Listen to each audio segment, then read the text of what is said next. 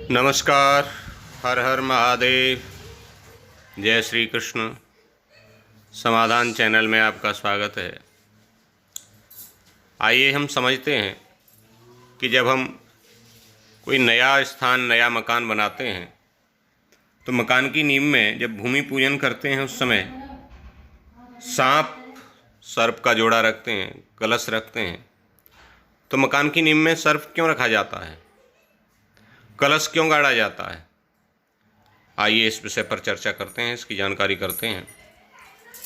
श्रीमद् भागवत महापुराण के 5वें स्कंद में लिखा है कि पृथ्वी के नीचे पाताल लोक है और इसके स्वामी शेषनाग हैं। भूमि से 10,000 योजन नीचे अतल, अतल से 10,000 योजन नीचे वितल, वितल से 10,000 योजन नीचे सतल, इसी क्रम से सब लोक स्थित हैं। अतल, वितल, सतल, तलातल, महातल, रसातल, पाताल, ये सातों लोक पाताल स्वर्ग कहलाते हैं।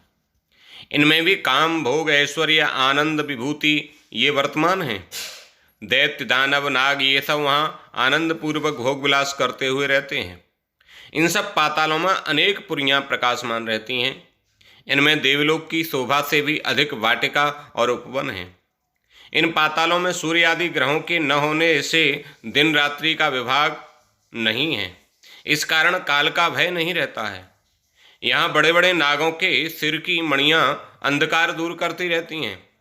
पाताल में ही नाग लोक के पति वासुकी आदि नाग रहते हैं। श्री सुखदेव के मतानुसार पाताल से 30,000 योजन दूर शेष जी विराजमान हैं। शेष जी के सिर पर पृथ्वी रखी हुई है।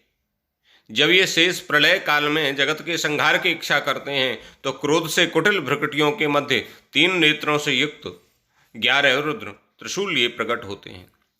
पौराणिक ग्रंथों में शेषनाग के मस्तिष्क पर पृथ्वी टिकी होने का उल्लेख मिलता है।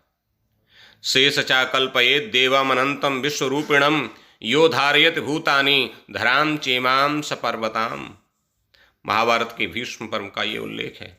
अर्थात इन परम देव ने विश्वरूप अनंत नामक देवस्वरूप शेषनाग को उत्पन्न किया है, जो पर्वतों सहित इस सारी पृथ्वी को तथा भूतमात्र को धारण किए हुए हैं। उल्लेखनीय है कि 1000 फणों वाले शेषनाग समस्त नागों के राजा हैं। भगवान की सैया बनकर सुख पहुंचाने वाले उनके अनन्य भक्त हैं और बहुत बार भगवान के साथ साथ अवतार लेकर उनकी लीला में सम्मिलित भी रहते हैं।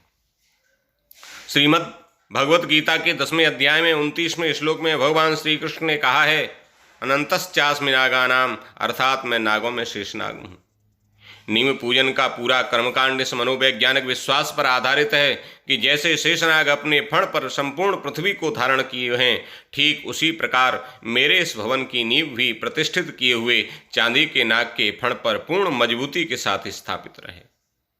शेषनाग क्षीर सागर में रहते हैं, इसलिए पूजन के कलश में दूध, दही, घी डालकर मंत्रों से आवाहन कर शेषनाग को बुलाया जाता है ताकि वे साक्षात उपस्थित होकर भवन की रक्षा का भार वहन करें।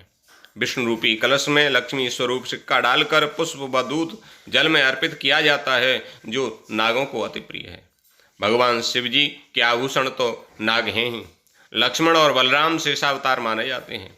इसी विश्वास से ये प्रथा जारी है और आज भी जब हम किसी नवीन भवन के लिए भूमि पूजन करते हैं तो किसी कोण में जब भूमि को खोद करके पूजन किया जाता है तो उस पूजन के उपरांत उसमें सर्प का जोड़ा और एक कलश स्थापित करते हैं। उसका आधार, उसका विश्वास यही है कि जिस प्रकार शेषनाग इस पूरी पृथ्वी को धारण किए हुए और रक्षा किए हुए हैं, उसी प्रकार से हमारे इस भवन को भी वो धारण करें और हम सबको भी रक्षित करें।